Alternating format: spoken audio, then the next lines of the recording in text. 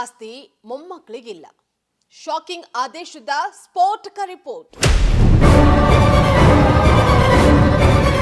ತಾತನ ಎಲ್ಲಾ ರೀತಿಯ ಆಸ್ತಿಯಲ್ಲೂ ಮೊಮ್ಮಕ್ಕಳಿಗೆ ಯಾವುದೇ ಹಕ್ಕಿಲ್ಲ. ಸೋಷಿಯಲ್ ಮೀಡಿಯಾದಲ್ಲಿ ಭಾರಿ ಸಂಚಲನವನ್ನ ಉಂಟು ಮಾಡಿರುವ ಚರ್ಚೆ.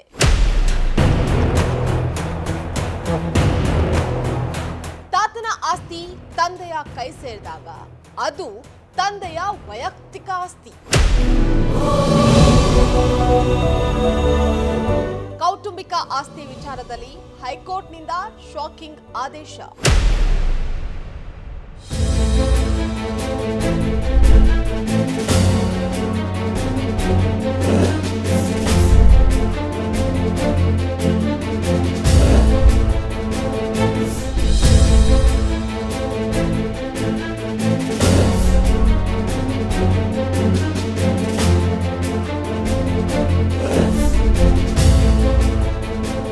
ಲೇಡೀಸ್ ಅಂಡ್ ಜೆಂಟಲ್ಮನ್, ತಾತನ ಮರಣದ ನಂತರ ತಾತನ ಆಸ್ತಿ ಮೊಮ್ಮಕ್ಕಳಿಗೆ ಬರೋದಿಲ್ಲಂತೆ. ಆ ಆಸ್ತಿ ತಂದೆಯ ಸ್ವಯಾರ್ಜಿತ ಆಸ್ತಿ ಆಗುತ್ತಂತೆ. ಈ ರೀತಿ ಶಾಕಿಂಗ್ ಆದೇಶ ಕರ್ನಾಟಕ ಹೈಕೋರ್ಟ್ನಿಂದ ಹೊರಬಿದ್ದಿದೆ. ಇದು ಕಾನೂನು ಪ್ರಕ್ರಿಯೆಗಳಲ್ಲಿ ವಿಶೇಷ ಹಾಗೆ ತೀರಾ ವಿರಳ ಆದೇಶ ಅಂತ ಹೇಳಲಾಗಿದ್ದು, ಕೌಟುಂಬಿಕ ವ್ಯವಸ್ಥೆಯಲ್ಲಿ ಹಲವು ಕಾನೂನು ವ್ಯಾಜ್ಯಗಳಾಗುವಂತಹ ಸಂಭವ ಕೂಡ ಹೆಚ್ಚಾಗಿದೆ. ಹಾಗಾದ್ರೆ ಕೌಟುಂಬಿಕ ಆಸ್ತಿಯ ಕಾನೂನು ಏನ್ ಹೇಳುತ್ತೆ? ತಂದೆಯ ಆಸ್ತಿ ಮಕ್ಕಳಿಗೆ ಬರೋದಿಲ್ವಾ? ತಂದೆಯ ಆಸ್ತಿಯಲ್ಲಿ ಹೆಣ್ಣು ಮಕ್ಕಳಿಗೆ ಪಾಲಿಲ್ವಾ? ಈ ಎಲ್ಲ ಅಪ್ಡೇಟ್ಸ್ಗಳನ್ನ ನೋಡ್ತಾ ಹೋಗೋಣ.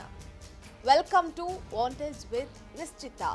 ಇದು ನೆಲ ಜಲ ಭಾಷೆಗಾಗಿ ಪ್ರಾಮಾಣಿಕ ಪತ್ರಿಕೋದ್ಯಮ. ಎಸ್ ವೀಕ್ಷಕರೇ, ನೀವು ತಾತನ ಆಸ್ತಿಯಲ್ಲಿ ನಮಗೂ ಪಾಲ್ ಸಿಗುತ್ತೆ ಅಂತ ಕಾಯ್ತಾ ಇದ್ದೀರಾ? ಹಾಗಿದ್ರೆ ನಿಮಗೊಂದು ಶಾಕಿಂಗ್ ಸುದ್ದಿ ಇಲ್ಲಿದೆ ನೋಡಿ. ತಾತನ ಸ್ವಯಾರ್ಜಿತ ಅಂದ್ರೆ ಸ್ವಂತ ಸಂಪಾದನೆ ಮಾಡಿರುವಂತಹ ಆಸ್ತಿ ವಿಭಜನೆಯಾದ ನಂತರ ತಂದೆಯ ಕೈ ಸೇರುವಂತಹದ್ದು ಸರ್ವೇ ಸಾಮಾನ್ಯ. ಆಗ ಅದು ತಂದೆಯ ವೈಯಕ್ತಿಕ ಆಸ್ತಿ ಆಗುತ್ತೆ ಹೊರತು ಪಿತ್ರಾರ್ಜಿತ ಆಸ್ತಿ ಆಗೋದಿಲ್ಲ. ಹಾಗಾಗಿ ಅದರಲ್ಲಿ ಪಾಲನ್ನ ಕೇಳೋದಕ್ಕೆ ಮೊಮ್ಮಕ್ಕಳಿಗೆ ಯಾವುದೇ ರೀತಿ ಕಾನೂನಾತ್ಮಕ ಹಕ್ಕಿಲ್ಲ ಅಂತ ಕರ್ನಾಟಕ ಹೈಕೋರ್ಟ್ ಸಂಚಲನ ಮೂಡಿಸುವಂತಹ ಮಹತ್ವದ ತೀರ್ಪನ್ನ ನೀಡಿದೆ. ಅಮೆರಿಕದಲ್ಲಿ ನೆಲೆಸಿರುವಂತಹ ಉಷಾ ಎನ್ ಸ್ವಾಮಿ ಅನ್ನುವಂತಹವರು ಸಲ್ಲಿಸಿದಂತಹ ಮೇಲ್ಮನವಿಯ ವಿಚಾರಣೆ ನಡೆಸಿದಂತಹ ನ್ಯಾಯಮೂರ್ತಿ ಡಿ.ಕೆ. ಸಿಂಗ್ ಅವರ ನೇತೃತ್ವದ ವಿಭಾಗೀಯ ಪೀಠವು ಈ ಆದೇಶವನ್ನ ಹೊರಡಿಸಿದೆ.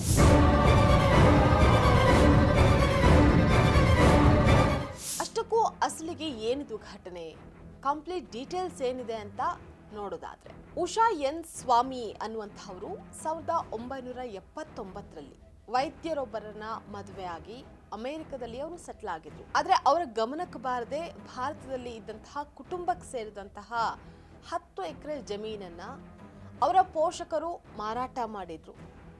ಅದಷ್ಟೇ ಅಲ್ಲದೆ ತಂದೆಗೆ ಸೇರಿದಂತಹ ಆಸ್ತಿಯಲ್ಲಿ ಕಲ್ಲು ಗಣಿಗಾರಿಕೆ ನಡೆಸಿ ಭಾರಿ ಲಾಭ ಕೂಡ ಗಳಿಸಿದ್ರು. ಆ ಲಾಭದ ಹಣದಿಂದ ಬೇರೆ ಬೇರೆ ಆಸ್ತಿಗಳನ್ನ ಖರೀದಿ ಕೂಡ ಮಾಡಿದ್ರು. ಇವೆಲ್ಲವೂ ನಮ್ಮ ಪೂರ್ವಜರಿಂದ ಬಂದಂತಹ ಜಂಟಿ ಕುಟುಂಬದ ಆಸ್ತಿಗಳು. ಬ್ಯಾಂಕ್ ಠೇವಣಿ ಸೇರಿದಂತೆ ಎಲ್ಲದರಲ್ಲೂ ಕೂಡ ನನಗೆ ಪಾಲ್ ಸಿಗಬೇಕು ಅಂತ ಉಷಾ ಅವರು ಕೋರ್ಟ್ ಮೆಟ್ಟಿಲೇರಿದ್ರು. ಆದ್ರೆ ಕೋರ್ಟ್ ಆದೇಶ ಮಾತ್ರ ಶಾಕಿಂಗ್ ಆಗಿ ಬಂದಿದೆ.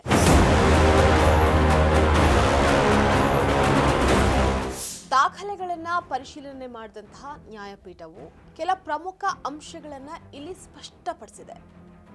ಉಷಾ ಅವರ ತಾತ ಸ್ವಂತ ಕಷ್ಟದಿಂದ ಸಂಪಾದನೆ ಮಾಡಿದಂತಹ ಆಸ್ತಿಯನ್ನ ಕೌಟುಂಬಿಕ ಒಪ್ಪಂದದ ಮೂಲಕ ತಮ್ಮ ಮಕ್ಕಳಿಗೆ ಅಂದ್ರೆ ಉಷಾ ಅವರ ತಂದೆಗೆ ಅವರು ಹಂಚಿಕೆ ಮಾಡಿದ್ರು.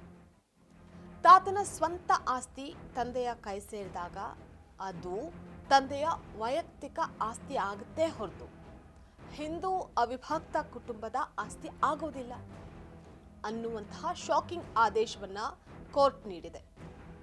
ತನ್ನ ವೈಯಕ್ತಿಕ ಆಸ್ತಿಯನ್ನ ತಂದೆ ಯಾರಿಗಾದ್ರೂ ಮಾರಾಟ ಮಾಡೋದಕ್ಕೆ ಅಥವಾ ವಿಲೇವಾರಿ ಮಾಡೋದಕ್ಕೆ ಸಂಪೂರ್ಣವಾಗಿ ಸ್ವತಂತ್ರರು ಅಂತ ಮಾನ್ಯ ನ್ಯಾಯಾಲಯ ಅಭಿಪ್ರಾಯವನ್ನು ವ್ಯಕ್ತಪಡಿಸಿದೆ. ಇನ್ನು ಈ ಆಸ್ತಿಗಳು ಜಂಟಿ ಕುಟುಂಬಕ್ಕೆ ಸೇರಿದವು ಅನ್ನುವಂಥದ್ದನ್ನ ಸಾಬೀತುಪಡಿಸೋದಕ್ಕೆ ಮೇಲ್ಮನವಿದಾರರು ಯಾವುದೇ ಸೂಕ್ತ ಸಾಕ್ಷ್ಯವನ್ನು ಒದಗಿಸಿಲ್ಲ.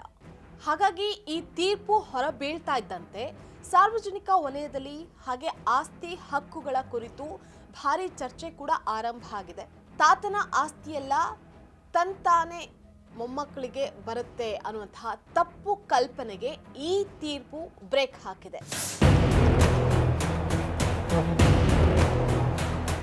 ಒಟ್ನಲ್ಲಿ ಕಾನೂನು ಪ್ರಕ್ರಿಯೆಗಳ ವಿಚಾರಣೆಗಳು ಹಾಗೆ ಆದೇಶಗಳು ಶಾಕಿಂಗ್ ಆಗಿರಲಿ ಅಥವಾ ಬ್ರೇಕಿಂಗ್ ಆಗಿರಲಿ ಅವೆಲ್ಲವೂ ಕೂಡ ಸಮಾಜದ ಮೇಲೆ ಪರಿಣಾಮ ಬೀರುತ್ತೆ.